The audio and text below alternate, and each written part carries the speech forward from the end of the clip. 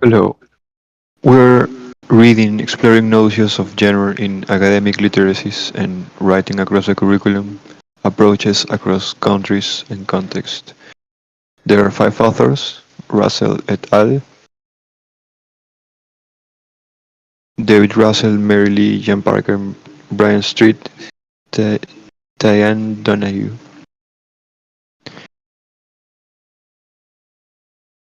The CJET fourth panel on Genre in Writing Across the Curriculum, WEAC, and Academic Literacies, ACLITS, has set rolling a discussion of the similarities and differences in the two traditions. The former, the WAC, originating in the US in the early 70s, the latter originating in England in the early 90s. This paper maps out some elements of each in relation to the other and to the genre, which we hope will set in motion further discussions and cross-fertilization.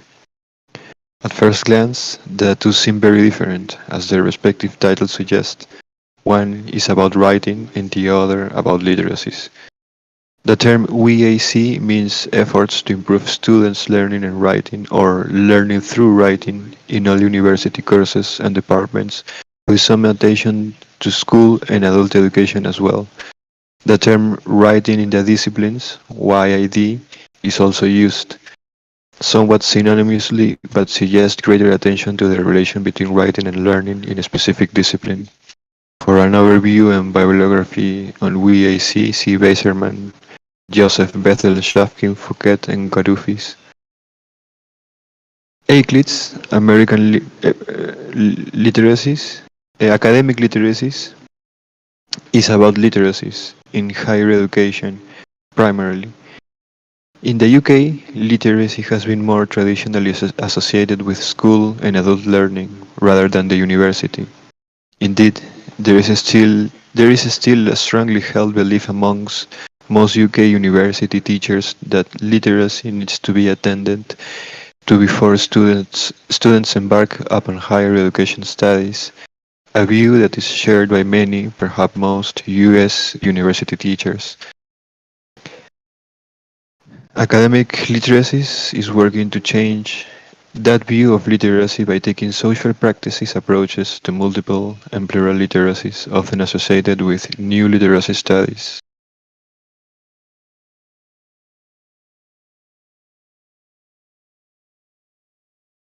WAC, Writing Across Curriculum, is 20 years older and much larger and sprawling, encompassing many and often dissenting voices within it. Some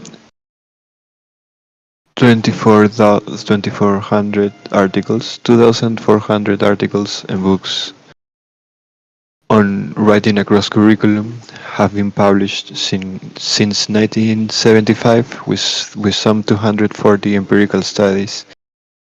Academic literacies is much younger, relatively smaller, and more focused and coherent.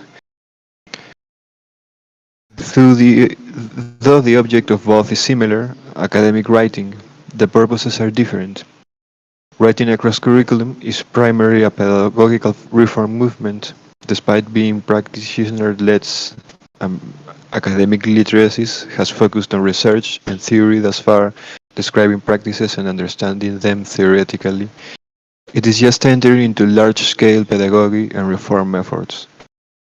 At first glance, at least, the two also appear to come from rather different intellectual worlds. Writing across curriculums comes out of US rhetoric and composition, a field that arose out of the professionalization of teachers of first-year university general writing courses in the 70s, with very much a humanist bent and located in English departments primarily, with relatively little contact with linguistics. Academic literacies comes primarily out of studies in language, literacy, and ethnography, with a focus on descriptive studies of specific literacy practices and has no particular disciplinary home. These differences are magnified by the very different systems of higher education they inhabit. The US system emphasizes late specialization with a period of general education in the first 2 years of university and writing in several disciplines. In the UK, students have tended to specialize early and write for one discipline, although recently modular courses have involved more mix of disciplines and therefore more switching of written genres.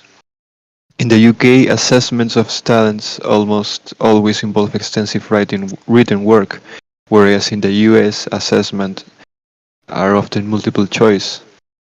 The primary difference is that the US has a ubiquitous required general writing course in higher education, first year composition, which deeply colors the whole enterprise of writing across curriculum. Yet there are important similarities. Both academic literacies and writing across curriculum took their impetus from widening participation, as it is called in the UK, or admission of previously excluded groups in the US. The US has for decades had a system of mass education, whereas the UK is really only beginning massification. So both writing across curriculum in the 90s and academic literacies in the 90s began as a response to an influx of new students. Ideologically, both are oppositional, attempting to reform higher education and make it more open, and both use writing literacy to resist deeply entrenched attitudes about writing and about students and disciplines. Both attempt to move beyond elementary skills and thus remedial or deficit models of writing to consider the complexity of communication in relation to learning. And in terms of research, there is a strong element of ethnographic research in North America that owes much to Del Hymes and Shirley Bryce Heath and that complements British traditions of anthropology and applied linguistics. And academic literacies has from the beginning been influenced by North American writing across curriculum research by Basserman, Bartholomew, Russel, and others. And in the last 10 years, North American writing across curriculum programs have begun to speak of themselves in terms of multimodal communication across the curriculum, CAC. In part a response to the New London Group and its interest in new media, which has also influential for which was also influential for academic literacies. We organize this paper around parallel descriptions of each tradition under the headings Historical Origins, Institutional Positions, Theory and Research about Genre, and finally Pedagogy using Genre. We conclude by drawing out a number of comparisons between the two for further dialogue. Historical roots. Academic literacy's origins. The notion of academic literacies has its roots in a body of practice-based research and literacy theory that became significant in the UK during the 90s. Until this time, little attention had been paid to issues of student writing, the general assumption, although rarely articulated, being that students would learn how to write through their tacit acculturation into the norms and conventions of single-subject disciplinary frames. Hounsell had previously looked at problems students encountered when confronted with the unfamiliar discourses of the university. He identified academic discourse as a particular kind of written world with a set of conventions or code of its own. He illustrated how students need to be sensitive to different disciplinary ways of framing in their writing and highlighted the tacit nature of academic discourse, calling for its features to be made more explicit to students. This focus on explicit acculturation into disciplinary codes and discourses shared much in common with the early work of Wiesel and Bartholomew in the US, which, as we will see, grew out of the US writing across curriculum movement that began in the 70s. By the early 90s, UK higher education was experiencing a fundamental change with unprecedented expansion in the sector and the consequences of the 1992 Education Act, which abolished the binary divide between polytechnics and universities, bringing them together for both administrative and funding purposes under one government-funded body. In practical terms, this meant increasing numbers of students and class sizes with no concomitant expansion in resources. One response was the creation of study skills and learning support centers, where students were able to receive one-on-one or small group support, which their lecturers were no longer in a position to provide. It was among those practitioners working with students in such centers that the early roots of the field of academic literacies research began to emerge. Much as in the US in the 90s, the work of Mina Shaughnessy grew out of work with students identified as underprepared and began serious interest in writing development. Increasingly frustrated with the limitations of simplistic surface and skill-based models of student writing in their work with students, they began to look both for a more workable and theoretic explanations of the problem being encountered by student writers. As, as practitioner researchers, they found themselves at the interface between theory and practice, and their early publications often reflected this intersection.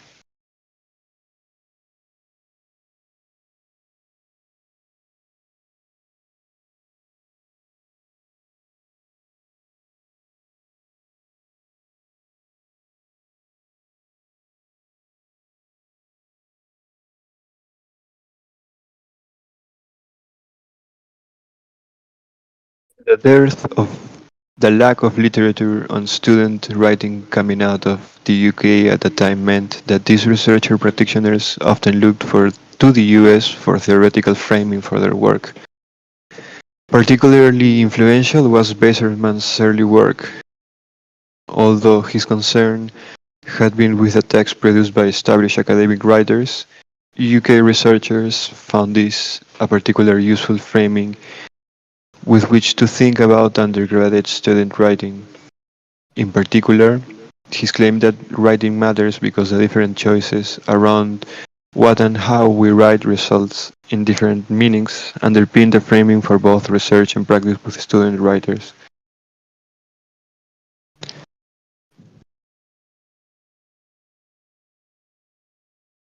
With expansion of higher education and increasing number of adult students entering UK universities as non-traditional entrants in the early 90s, Basserman's analysis provided a fruitful way of exploring how these students brought their own knowledge and experience to the construction of the writing they were required to undertake for assessment.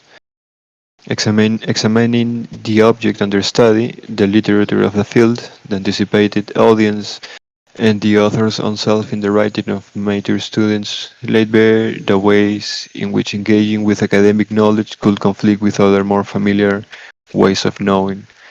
For Ivanich and her colleagues at Lancaster University, adopting principles of critical language awareness provided a further theoretical orientation from which to view so-called problems with student writing.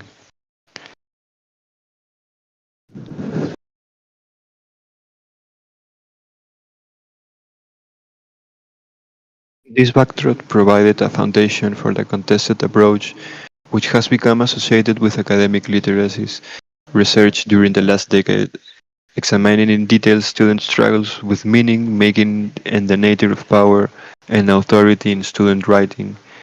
In part, it was influenced by related development in critical linguistics. Work on critical language awareness in school seemed particularly pertinent to the new higher education context.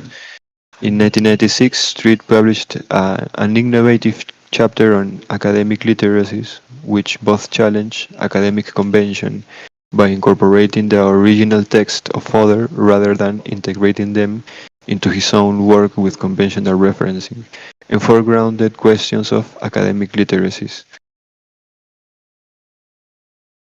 The perspective taken by Street in this publication sat within a body of work that had become known as the New Literacy Studies. Street's seminal contribution to New Literacy Studies had been made earlier when he distinguished between autonomous and ideological models of literacy. He had argued that whereas an autonomous model of literacy suggests that literacy is a decontextualized skill which once learned can be transformed with ease from one context to another, the ideological model highlights the contextual and social nature of literacy practices and the relationship of power and authority, which are implicit in any literacy event. Literacy, then, is not something that once acquired can be effortlessly applied to any context requiring mastery of the written world. Writing and writing practices are deeply social activities. Familiarity with and understanding these practices take place in a specific social context, which are overlaid with ideological complexities, for example, with regard to the different values placed on particular genres of written text. Following these perspectives, the new literacy studies, with its roots in sociolinguistics and linguistic anthropology, conceptualizes writing and reading as contextualizing social practices. Until the mid-90s, new literacy studies had been concerned with school-based community and workplace literacies, primarily of people in different cultural contexts, notably Iran, South Africa, and Latin America, but had not paid any attention to literacies in the universities at home, although the early work of, for example, Lee and Lillis, had conceptualized writing as contextualized social practice, explicitly challenging deficit models of writing. Neither at the time situated their work explicitly in the new literacy studies tradition, nor made reference to academic literacies as such. However, Lee did illustrate the multiplicity of discourses in the academy and an important distinction from the use of the term discourse in the singular. Ivanich, Ross Ivanich, also foregrounded the use of different and competing discourses in her study of major students. Overall, what characterized this emerging body of work was its specific focus on student writing as social practice and recognition of the multiplicity of practices, whether these were conceptualized as discourses or literacies. The use of the terms literacies rather than discourses, the framing more commonly provided by the US writers in the college composition field, gradually became more prevalent in the UK literature. This was not merely because of its association with a theoretical framing provided by the new literacy studies, but because the focus of concern was student writing rather than spoken language, the term discourse being associated more commonly with the use of spoken rather than written language at the time. Research by Lee and Street, building on the new literacy studies methodological approach, but also on Lee's practitioner's experience, introduced new theoretical frames to a field which was, at the time, still predominantly influenced by psychological accounts of student learning. Rather than frame their work in terms of good and poor writing, Lee and Street suggest that any explanation need to examine faculty and student expectations around writing without making any judgment about which practices were appropriate. Drawing on the findings from an empirical research project conducted in two very different universities, they examined student writing against a background of institutional practices,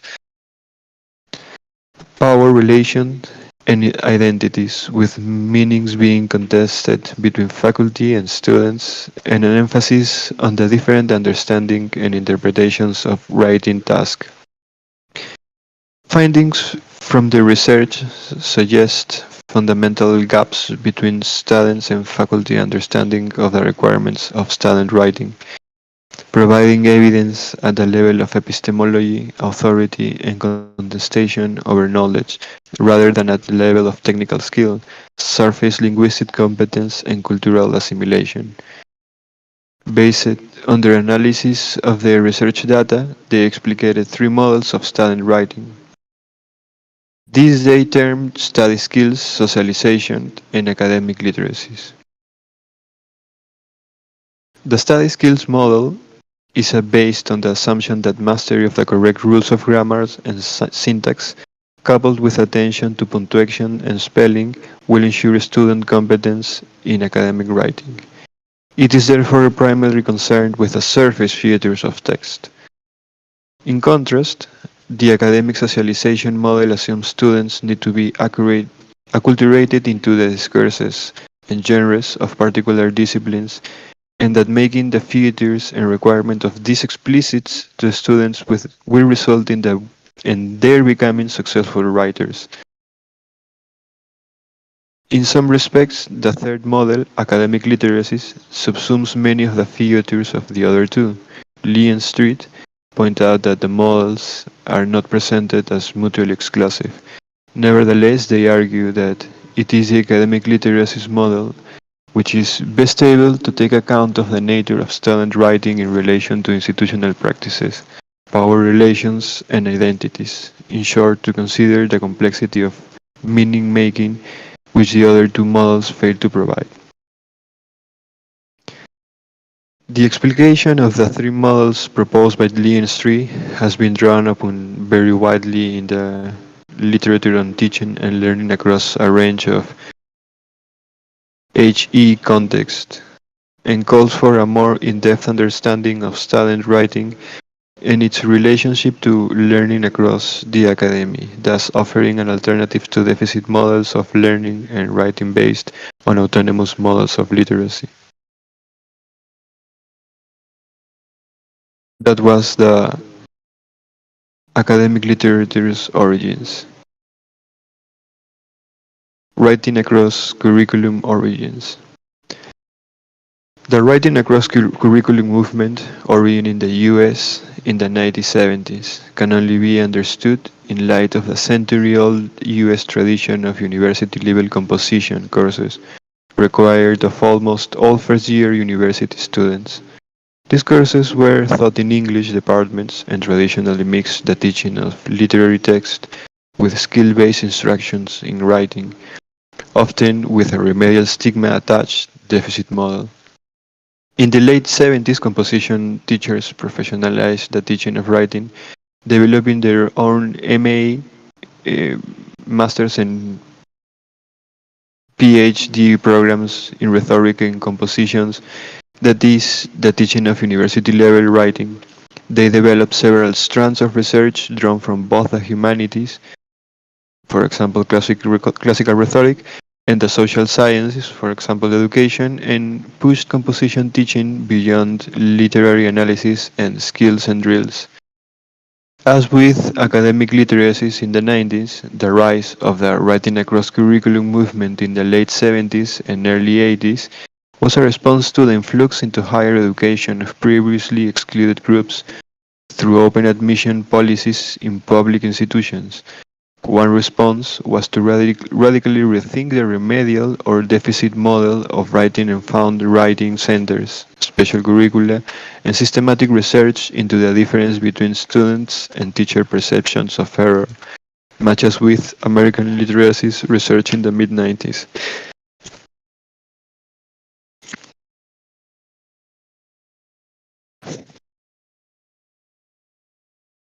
Another approach was to enlist teachers from other disciplines to improve students' writings and learning, the writing across curriculum movement. The early theoretical inspiration for the writing across curriculum movement in the US came directly from a British educational theorist and reformer, James Britton, and his colleagues at the University of London Institute of Education, who coined the term writing across curriculum as part of their efforts to improve writing in the disciplines in secondary education. Britton and his colleagues viewed writing and talk as a gradually developing accomplishment through bound up with the particular intellectual goals and tradition of each discipline or profession, not as a single set of readily generalizable skills learned once for all. They also theorized writing in terms of disciplinary learning and personal development, not discrete generalizable skills, and they used Vygotsky, among others, to theorize it. In Britain, the language across the curriculum or language awareness movement, as they were called, did not last long or have a great impact on the secondary schools, and almost none in HE at that time. But their ideas were picked by the fledgling writing across curriculum movement in the US, mainly in higher education.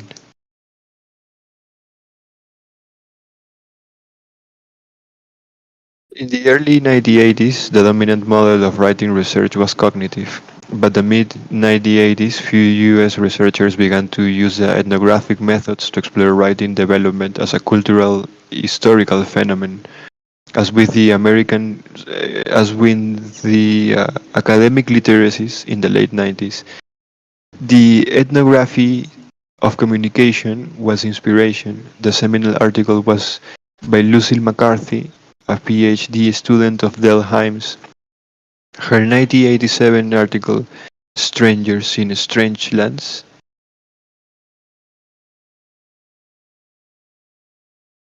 like the Iron Maiden song, followed one student as he went to courses in four disciplines, and as the title suggests, McCarthy found that the differences in disciplinary writing practices and communities were much more important to the students than the similarities, a theme pursued by Lee and Street in their account of UK students switching between courses in modular degrees.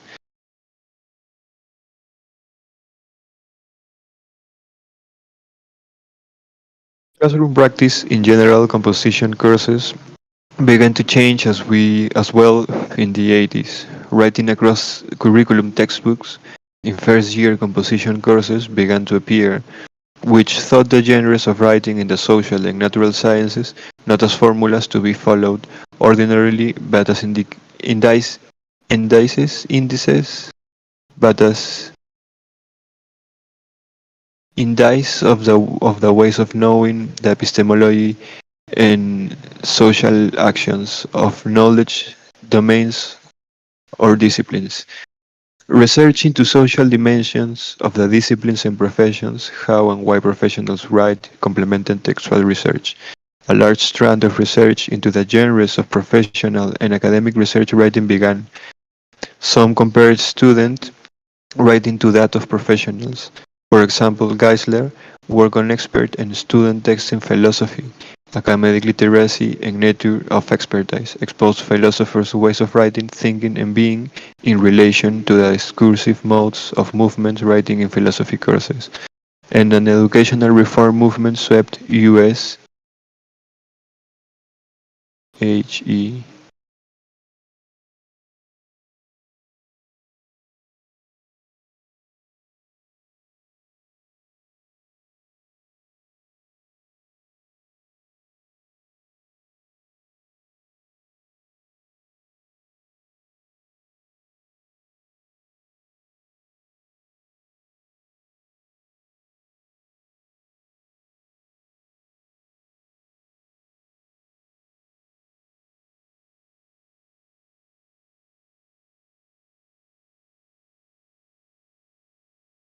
This is funny. Institutional positions. Writing across curriculum institutionally. Institutionally, writing across curriculum has been focused in programs within individual universities and some secondary schools. It is a higher education reform movement, but without a centralized national organization, though it does have a loosely organized special interest group associated with a professional organization for composition or conference on colleague composition and communication. C, C, C, C. Despite this, it has had wide influence in HE over the last 30 years. Perhaps one-third of US institutions have some writing across curriculum program in a vast number of forms. Many writing across curriculum programs also include some curricular structures to provide continuity.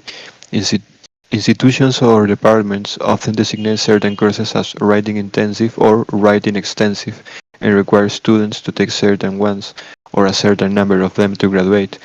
Other universities have linked courses in which some or all of the students in a course in a discipline take a parallel course in writing, which use the content of the disciplinary course and is planned in conjunction with it.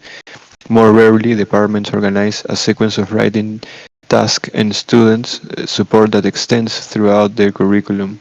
from first year to last to consciously develop students' writing, and often other communication modes.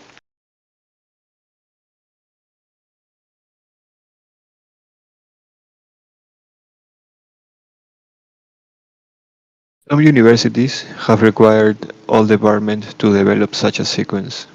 All these curricular forms are almost always in addition to first year composition courses. Though some universities require freshman seminars instead, a first year writing course taught by staff in various disciplines with subject for writing drawn from their disciplines.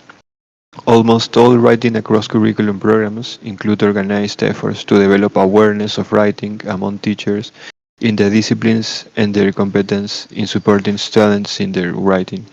Many institutions have interdisciplinary workshops and seminars for academic teaching staff from all disciplines on writing development.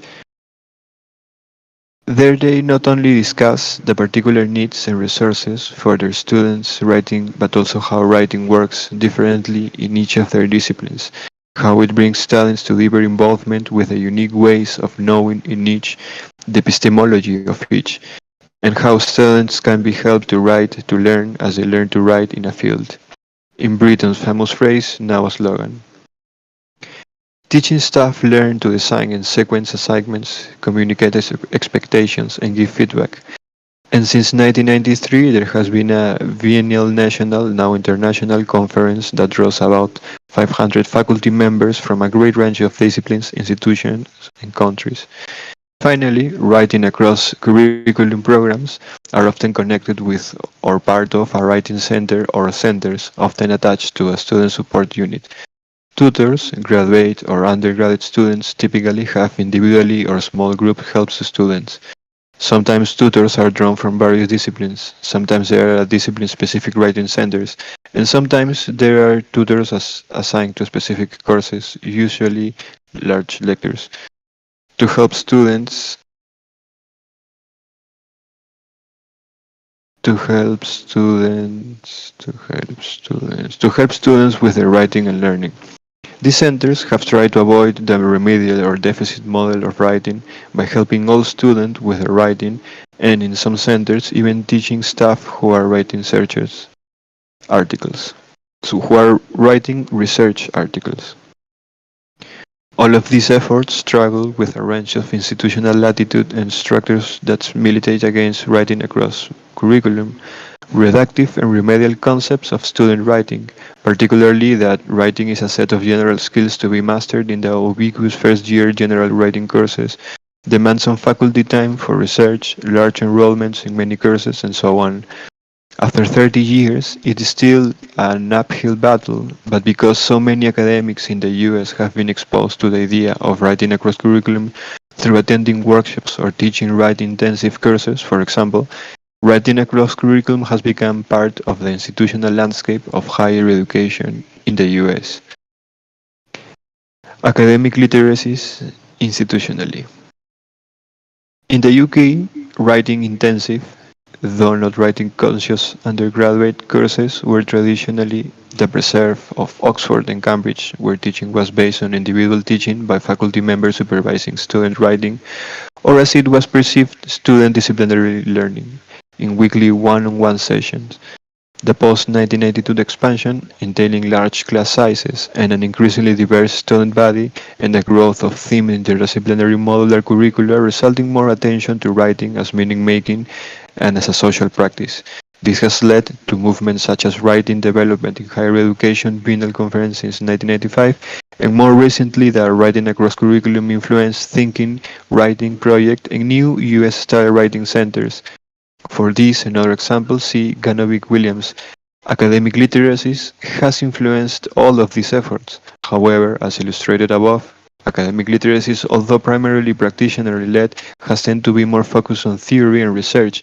Indeed, there have been questions raised in the literature about the value of the framing offered by academic literacy research for pedagogy. Lillis suggests that we need to develop an academic literacy pedagogy which places the nature of dialogue at its center and that more specifically we should be thinking about how we can develop and validate alternative spaces for writing and meaning making in the academy. Lee suggests that the principles emerging from academic literacies research can be taken up in, a, in different institutional contexts. She illustrates this through a case study of a postgraduate course in a teacher education delivered online. From a practitioner perspective, the provisioner of support based on any particular set of principles is unusual. Nevertheless, many practitioners do draw on the general framing offered by the academic literacies perspective, albeit not explicitly. The Biennial Writing Development in Higher Education Conference draws together those working across settings in the field of writing support, who are adopting a social practice model of writing. A number of institutions have pursued programs for supporting students and their teachers, often in relation to widening participation. These developments are frequently initiated by the educational development units and supported by some form of student learning center, although both these generally have a broad brief of which writing is only a part. Taken together, they are generally the most important institutional sites for writing development in the UK. While educational development units work directly supporting faculty with issues of teaching and learning, including students' writing, the brief of most student learning centers is to work only with students. Coupled with the fact that the latter is often low status, hourly paid work and the academic credibility of the former is continually under threat as universities are increasingly reluctant to employ educational developers on academic contracts. The kind of approaches suggested by Lillis and Lee are few and far between. Theory and research.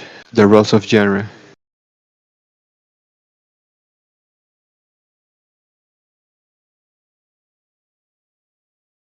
Academic literacies theory and research using genre. Issues of genre are central to the three models of student writing outlined above: skills, socialization, and academic literacies. Each of these models is implicitly associated with a different orientation to the notion of genre. In terms of study skills, genre will be conceptualized primarily in relation to surface features and form. Academic socialization will be associated with a conceptualization of genre in terms of established disciplinary norms for communication, given primarily by the text written by academics within a disciplinary community. The empirically grounded academic literacies perspective is aligned with a view of genre as a social practice rather than a genre knowledge in terms of disciplinary communication per se, although this is by its very nature central to the social practice perspective. Research in the field has uncovered a range of genres engaged in by students across the university, with variation evident not just in terms of the discipline or specific departmental or module requirements for student writers. For example, genre variation is evident in terms of the individual predispositions of individual university teachers and in relation to specific assignments. The contribution of the theoretical and methodological framing offered by social anthropology and applied linguistics is central to this understanding of genre types as they emerge in the detailed everyday encounters around writing, in particular institutional context. Much of the research has been undertaken through an ethnographic lens, which provides the opportunity to make the familiar strange, to approach everyday practices around student writing as an area of study without bringing to these judgments about the nerdom of that writing. Through such a lens, a range of genres become visible and open up for scrutiny, not just those that are given by either generic academic writing requirements or by the discipline. For example, researchers have examined feedback on students' written work and the implications for meaning, making an issue of identity. Studer has examined the nature of assignment questions for master's level students and the implications of the ways in which these are framed for student understanding of assignment questions. Lee has explored the textual nature of online student debates on how students integrate these into their assignments. Streets and colleagues have explored the issue of genre switching, amongst pre-university students being prepared for university entry in widening participation courses at King's College London. The findings of the type of detailed research signaled above suggest that then that generic questions arise in consideration of the range of text and practices which are integral to any understanding of Stalin's writing, and how best to support it, rather than being merely concerned with disciplinary considerations such as how to write in history, how to reference in psychology, how to develop an argument in English.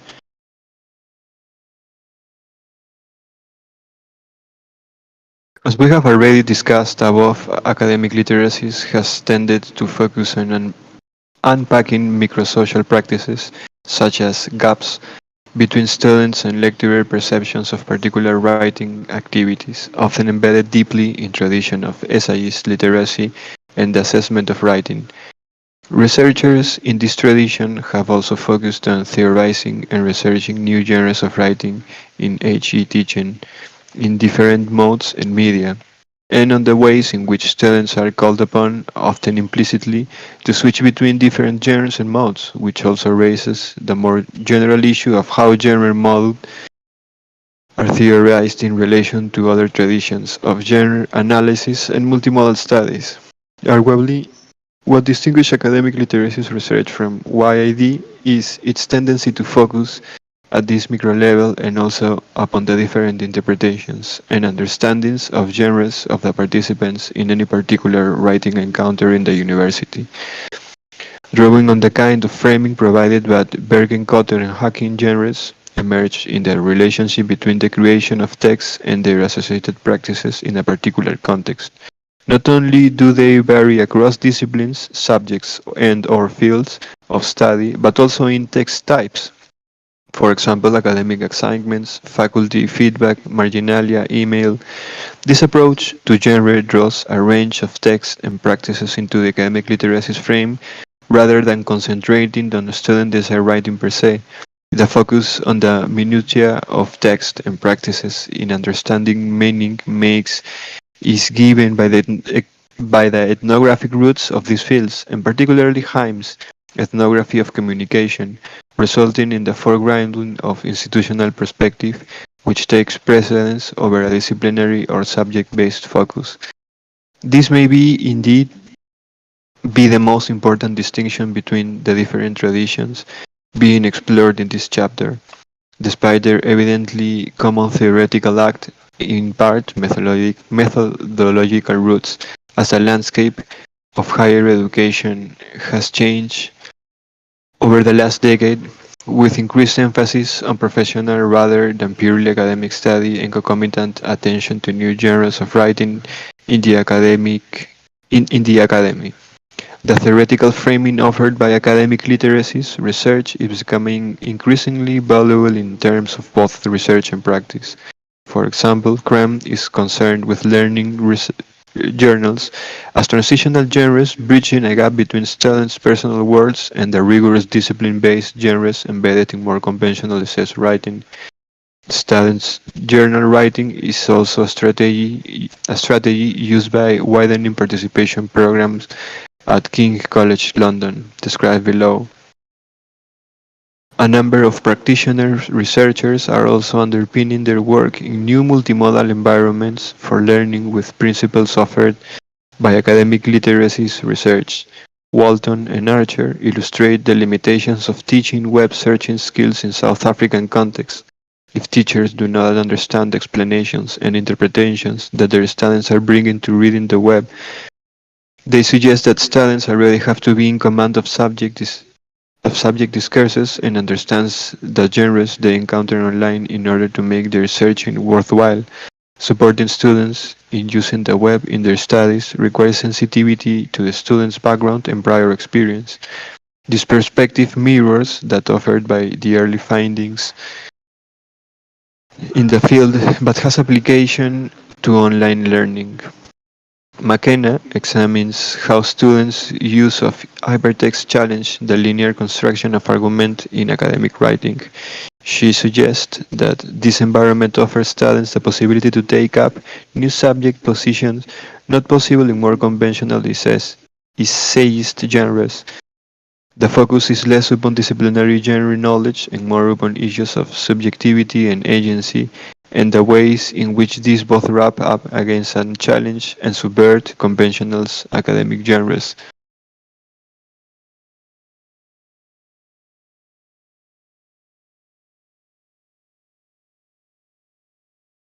Writing across curriculum, theory, and research using genre. Writing across curriculum research has taken two complementary directions, one investigating the writing of professionals in various disciplines and professions, another focused on students writing in the disciplines, especially the role of writing in learning. Concepts of genre have been central in theory and research in both. Some studies have viewed genre in traditional form-based terms as collections of identifiable theaters and conventions, for example, contrastive rhetoric, the genre studies reviewed in Klein. However, in the past 2 decades, new ways of thinking about genre in studies writing, growing out of the study of the genre and activity of professional writing, emphasize the activity of genre. This approach is rooted in Miller's theory of genre as a social action. Genres are typified rhetorical actions based in recurrent situations. The researchers' focus shifts from the text itself to the relationship between the text and the activity of people in situations where texts are used in regularized, typified ways. Genres are not merely forms of words, but forms of life, sociocultural regularities that stabilize for now, but never finally our interactions. In the late 80s, the concept of genre as social action was combined with Vygotskian cultural historical activity theory, which sees the relation between thought and language, and learning and writing, in social as well as cognitive terms. Cultural tools, such as speaking and writing, mediate our interior thoughts as well as our external social interactions. Genres as typified ways of interacting with tools can be seen as ways of coordinating joint activity and regulating thought. For Wasserman and Russell, as the signs on a page mediate between relationships and people, so do genres. Texts are attended to in the context of activities and can only be studied in their animating activities, production, perception, meaning, and value, embedded in people uses and interpretations. Quantitative studies of student writing using genre have tended to see genres in the older form-based way and to look at their effects in more strictly cognitive rather than social cognitive terms. They focus on the requirements genre pose for researching out and organizing information, structuring relationships among ideas, and with audiences and controlling stance toward content. These studies show that students engage in different processes when they have the expectations of one genre rather than another. Students' newspaper, in-class essay, registers form. Qualitative studies of students' writing have tended to take an activity or social action approach to genre as they describe students' writing and learning. In the last dozen years, theories of genre systems or networks or ecologies informed by cultural historical activity theory have been applied to understanding professional work and its relationship to educations. Education. Contexts, such as organizations or institutions, are viewed as complex activity systems mediated by complex systems of intertextual genres through which knowledge circulates, and activity is mediated in intersubjective networks. Research on genre has traced the relationship between academic writing activity and the writing activity of other systems, such as home, professions, hobbies, and its effects on both writing and identity. Genre is seen as offering direction or motive to activity, as well pathways to new identities for participants. Indeed, longitudinal studies of students in HE have described the genres that students acquire as they learn in the disciplines within various institutional contexts, pedagogy and genre. Way I see writing across curriculum and pedagogy. Writing across curriculum pedagogical theory, research, and practice are well developed and take two basic directions, implicit and explicit. The most common view among teachers in the disciplines and most writing across curriculum experts very likely is that students learn to write new genres primarily through writing in authentic context, such as their courses in the disciplines. And the focus of the writing across curriculum movement is on encouraging writing feedback, teacher or peer, and revision or repetition. In this view, students learn to write by writing. A strong theoretical argument for this view has been made by a group of Canadian researchers and supported with a long series of qualitative studies that fail to show transfer of genre knowledge from academic to workspace context. They theorize that genre knowledge is tacit and only acquired unconsciously as a part of some purposefully eh, communicative activity in the context where the genre is used. Students pick it up without being explicitly taught a genre. There are three well-articulated approaches in North America to explicit teaching, which inform much teaching of writing and then often writing across curriculum as well. The first might be termed genre acquisition, teaching in an explicit, though not necessarily presentational, way certain generic moves or conventions of genres derive from analysis of the genres, either textual or contextual or both. This is the most common approach in North America second language teaching English for special purposes, English for academic purposes.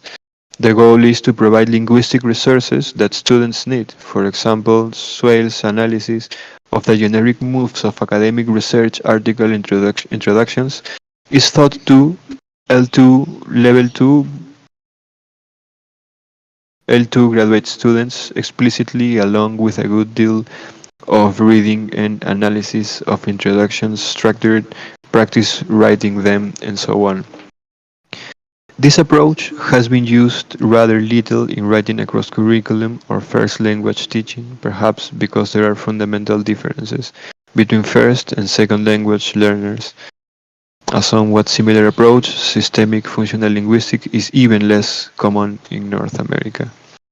A second approach is to teach genre awareness as distinct from, but related to, genre acquisition. Students first rhetorically analyze familiar genres whose context they have experienced, then move to less or unfamiliar genres that are related to them. Antecedent genres usually studying both the form and aspects of the context, always trying to keep form and context intertwined. They then do genre ethnography of some context in which the genre is used.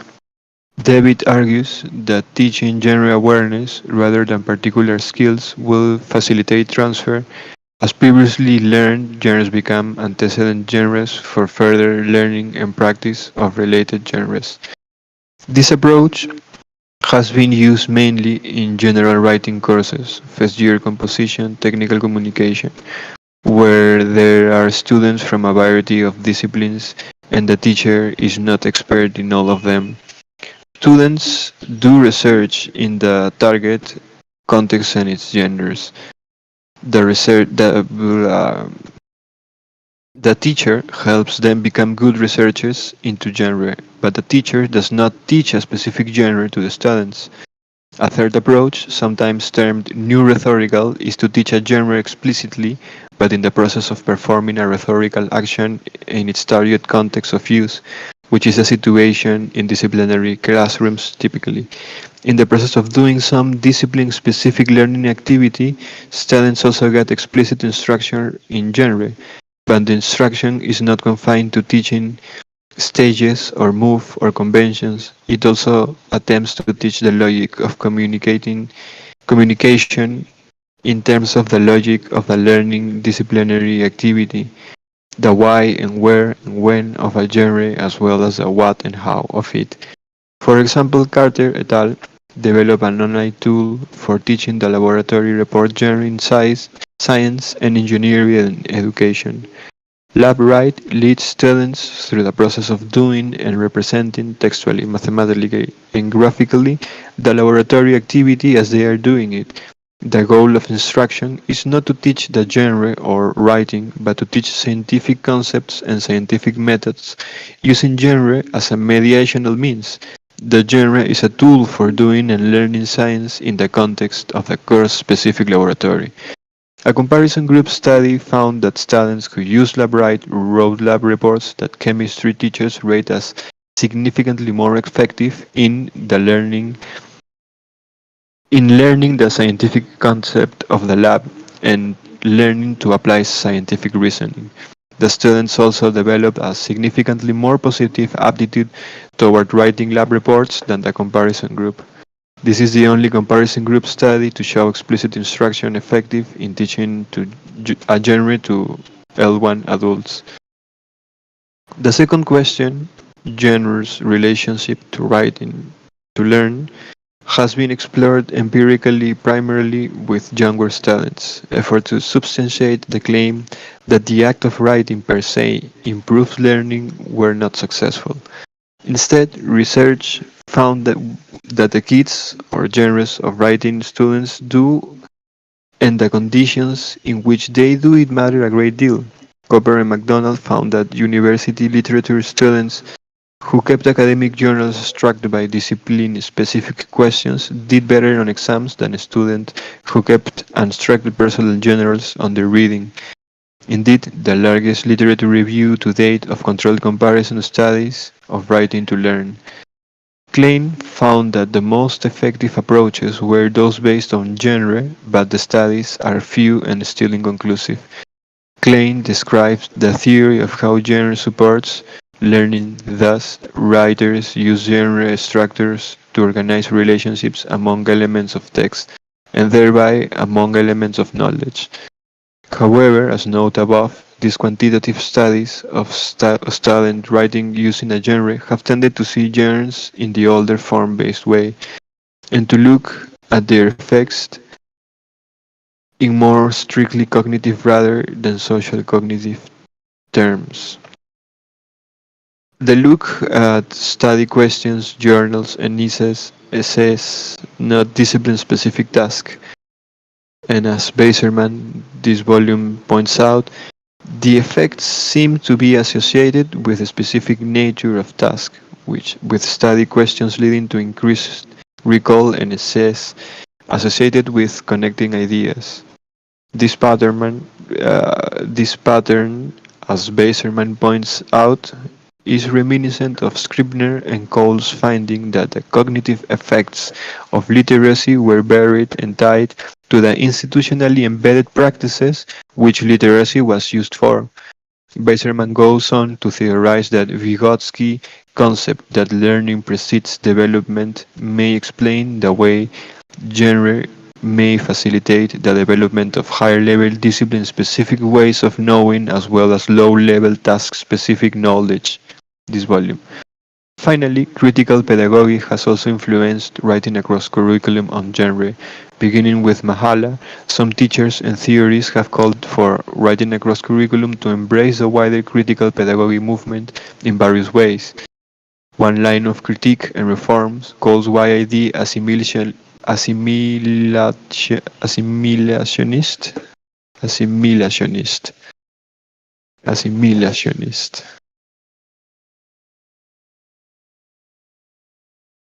and emphasize the importance of valuing students' non-academic languages and genres, especially those drawn from ethnic or class backgrounds, which academic genres often exclude. Another line of critique and reform emphasizes students' individual voice and questions whether academic discourse in the discipline provides students with the authority and stance they need to preserve and express a personal voice, to assert their authority over the disciplinary genres, and to resist simply reproducing the dominant ideologies of the disciplines. These arguments often call for students to write personal or non-academic genres in the disciplinary classrooms. Elbow even argues that students best develop in an intellectual stance for writing academic discourse by writing non-academic genres. And in a broader sense, Malinowitz's feminist critique argues that YAD should challenge the established boundaries of disciplines and genres of academic writing, as third wave feminism has done.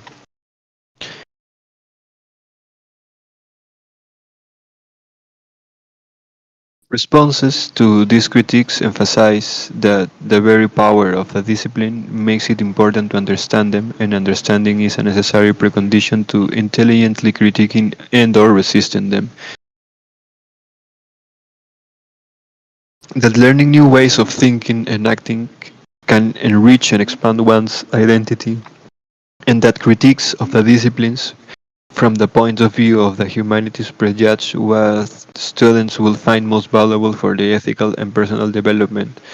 Argue that writing across curriculum itself is quietly subversive, as it resists the banking transmission model of education and encourages teachers to make students active and critical learners rather than passive recipients of knowledge. Finally, disciplines themselves are not monolithic, and each contains critical elements within which with which writing across curriculum can and does engage.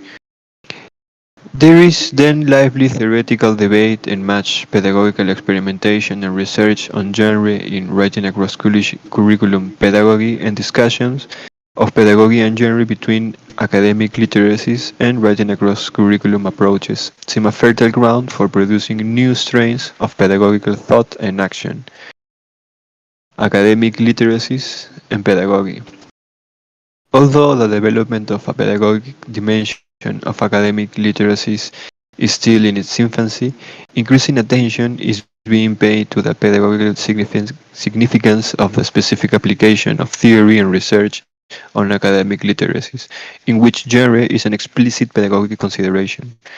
Indeed, the seminal work of the academic literacy researchers referred to above has brought some very basic issues of academic identity, of the status of academic knowledge, of whether and which genres of academic writing should be distinguished and valued, into the wider pedagogical debate. One such debate is over assessment practices in their effects of learning. In researching and questioning feedback practices and the setting and implementation of marking, grading criteria, academic literacies has highlighted some interesting preconceptions and hidden agendas. Shea, forthcoming, suggests that seeing assessment as a social practice has masked deeply disciplinary and subdisciplinary divisions between ideas of whether knowledge-making practices, or disciplinary insiderdom are being judged. Several projects report at the European Association of Teachers of Academic Writing reported that teachers' attempts to make assessment criteria more explicit had concealed rather than revealed assessment practices. An academic literacies approach revealed that concealment, but more clearly needs to be done to change pedagogic practice. Two basic premises about academic literacies research, however, are that we need to be concerned with all the text in the academy, not just student writing, and the focus on student writing alone has masked the need to focus on the range of genres in various and intertwined media, not just those written genres which are dominant in terms of assessment. A narrow focus on assessment glosses over the question of whether normative genres should be resisted. Both students and academics may resist genres that have become part of their context. Whether they in practice can and do resist is an interesting question. For if genres appear in particular contexts, but then become themselves part of the context and can in fact be resisted, should be should we be teaching students to conform or resist? Lillis calls for dialogue and interaction around text and suggests exploring ways in which alternative making practices in writing can be institutionally validated. Burke and Hermser, Hermser-Schmidt, Hermser, Burke and Hermser-Schmidt. Okay. Burke and his friend take a similar approach. Krem suggests something similar in her transitional writing. But how do we then deal with the fact that new genres tend quickly get quickly drawn into the academy? For example, as in learning journals, debates such as these have become particularly pertinent as new genres of writing are taking their place in the academy. These spaces have the potential to offer a range of possibilities for explicating academic literacy principles and empowering students writers in contrast to the more essayist genres.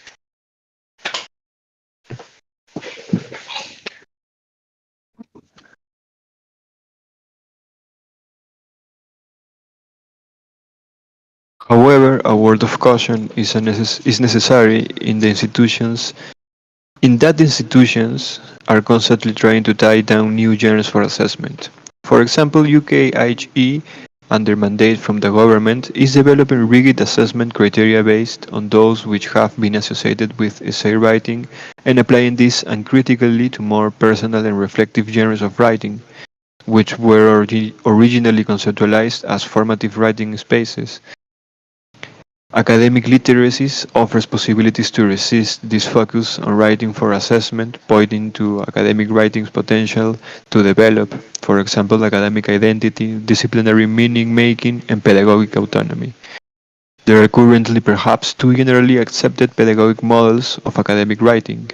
In one, writing is regarded as a personal act of meaning-making.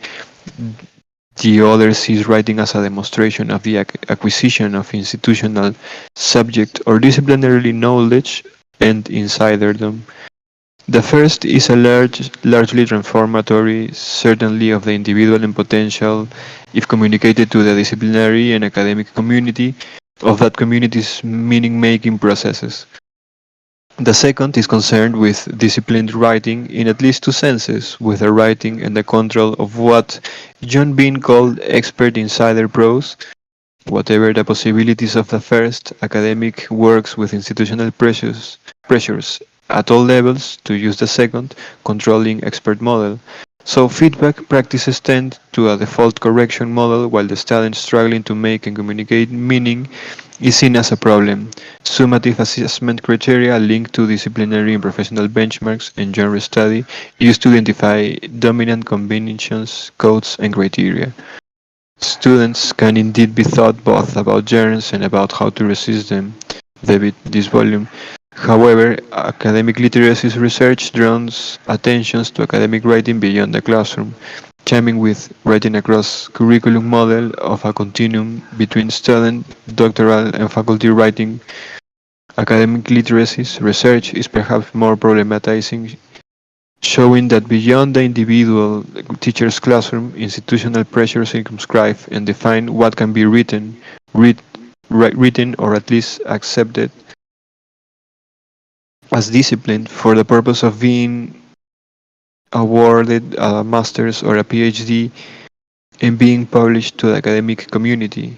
In Europe, South Africa, and Australia, an academic performance culture has gone beyond the demand to publish to the demand that publication be in a rigorous journal, peer review, of course, but also one accepting the role of and accepted as disciplinary gatekeeper. A pressure that some academic journals are publicly resisting publishing alternative critical writing in its own right and as embedded in disciplinary journal articles. See Krem 2008 and Krem and Hunt 2002, publishing essays in New Voices and in special issue goals welcoming alternative forms of writing and experimentation with form and different ways of giving voice.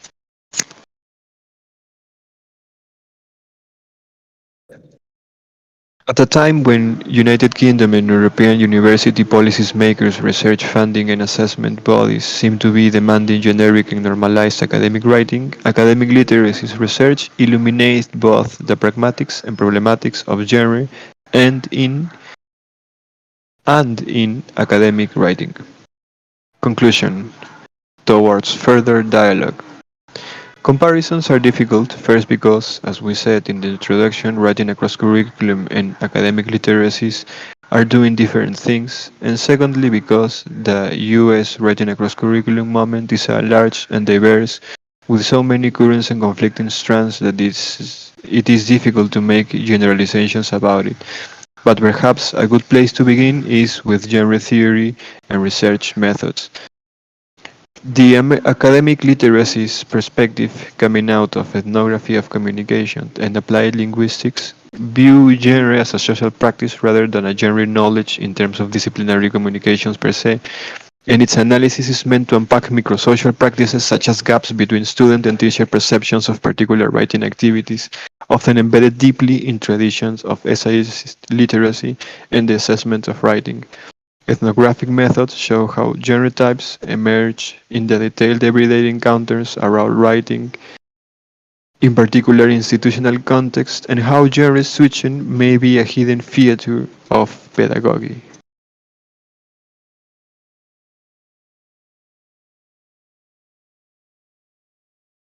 Not surprisingly, the academic literacy's perspective on genre is perhaps closest to the sort of writing across curriculum research that come out of linguistic anthropology and ethnomethodology.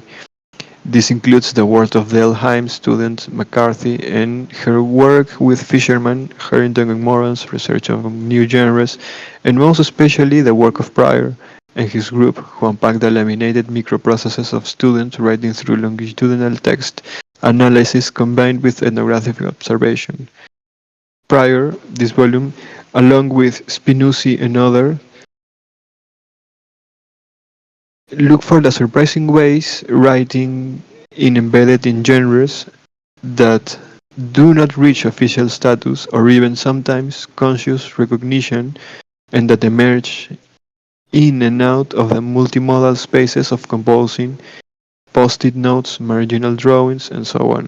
And they look for pedagogical possibilities in this.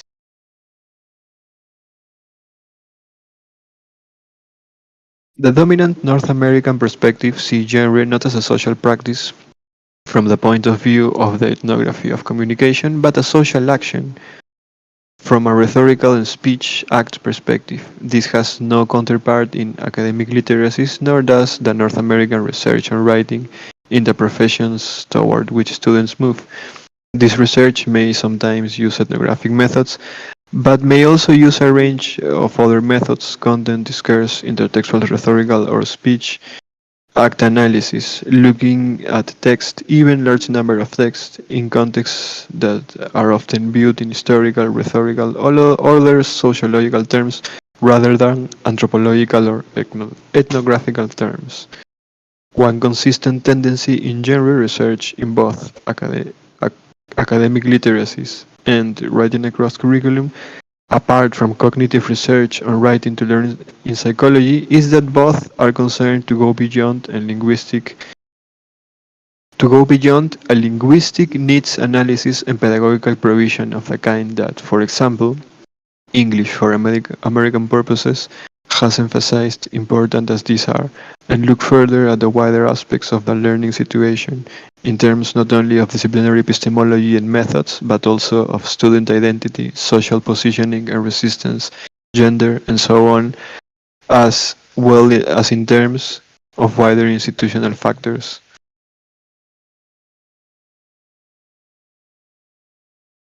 In terms of pedagogy, academic literacies, though it has a practitioner-led aspect, has tended to be more focused on theory and research, and the relationship of writing, support, and academic literacies approach has been less defined and institutionalized than writing across curriculum in the US. The descriptive tendency, reserving judgment, as in the best ethnographic tradition, has only begun to enter the crucible of political change on the ground in teaching and in institutional politics. Writing across curriculum, by contrast, has for 3 decades striven to work with individual faculty and courses to influence departmental curricula and institution. As academic literacy begins to expand and institutionalize its interactions with teaching staff in other disciplines, it will be mutually beneficial to compare notes. As we note, there have been repeated calls for writing across curriculum to resist institutional practices and traditions that limit students' writing and learnings, calls which resonate with Lily's call for academic literacies to develop an academic literacies pedagogy which places the nature of dialogue as its center and considers how to develop and validate alternative spaces for writing and meaning making in the academy. In writing across curriculums, the ideological balances of writing pedagogies have been a source of controversy, as we note, whereas it has been endemic to the academic literacies approach from the outset given its rooting in new literacy studies and the logical model of literacy. Research on teachers who take an explicitly political approach in the writing across curriculum classroom have found resentment and counter-resistance amongst students. And most writing across curriculum programs take a much more indirect approach to institutional change. This explains why US writing across curriculum programs may appear to be academic socialization in lean street terms, but are in fact about much more. Thus far, academic literacies seem to be taking a nuanced path, not fronting the political in the classroom or asking students themselves to directly challenge existing structures, generic or otherwise, but rather respecting their vulnerable institutional position, as in Street and colleagues work with the King's College Widening Participation Project. This experiment will give US advocates of critical pedagogy and their opponents something to think about. Similarly, the success and failures of US critical pedagogy applied to the disciplines might prove instructive to academic literatures. Future dialogue might proceed on many issues and congruencies, but with healthy scholarly caution. Because writing across curriculum is older by 2 decades, North Americans may have to resist a feeling of deja vu and consider both the institutional differences that lie behind findings and the way in which findings are only superficial or similar. For example, Krem's analysis of learning journals as transitional genres, bridging personal and discipline-based genres sound much like the decade-long US experiment with journals and learning logs. But Krem's approach rests on rather different assumptions and a different HE system. Indeed, academic literacy's approaches to journals might overcome a number of, in hindsight, naive assumptions that led to move towards journal to fate in large part in writing across curriculum. Similarly, the major efforts of academic literacies on assessment research, particularly diversifying assessment beyond the academic essay, resonate strongly with the major efforts in the US toward alternative assessment in new or hybrid genres, which were pioneered in writing across curriculum research and practice, particularly in the mid-90s in the journal Assessing Writing. And the multimodal, multiliteracies approach of academic literacies find its counterpart in the communications across the curriculum program that emerged in the US in the last 10 years. New versions of, or successors to, writing across curriculum programs, but clearly there is a different balance to the concept of multiliteracies in the UK and CAC in North America. Similarly, there is much potential in terms of reaching beyond HE to other educational levels. ACLITS is now becoming much involved in what in the UK is called further education and what in the US is called adult education or lifelong learning. Writing across curriculum has not been much focused on this, despite much research on this is in adult literary and education departments. Apart from some work in community college, and might learn much from the research of Ivanik and her colleagues, for example. Both academic literacies and writing across curriculum have been interested in the transition from secondary to higher education, but have not developed major collaborative efforts with secondary schools, either for research or pedagogical experimentations, apart from some work in the 90s. In the US, and some recent work on widening participation in the UK that has included support for pre-university students. And perhaps most importantly, neither academic literacies nor writing across curriculum have much developed a dialogue with the international EAP-ESP community of second language research and teaching, with, which has its own varied theories of genre and approaches to teaching, often existing side by side with first language effort in university or even departments. Finally, we hope that this mapping of academic literacies and writing across curriculum will further discussion not only between the US and UK but also with other countries. While both academic literacies and writing across curriculum treat genre in a social and cultural terms, there are fundamental differences in approaches to and development of genre theory, research, and pedagogy, which deserve fuller exposition and continuing mutual reading of each other's work and dialogue on it.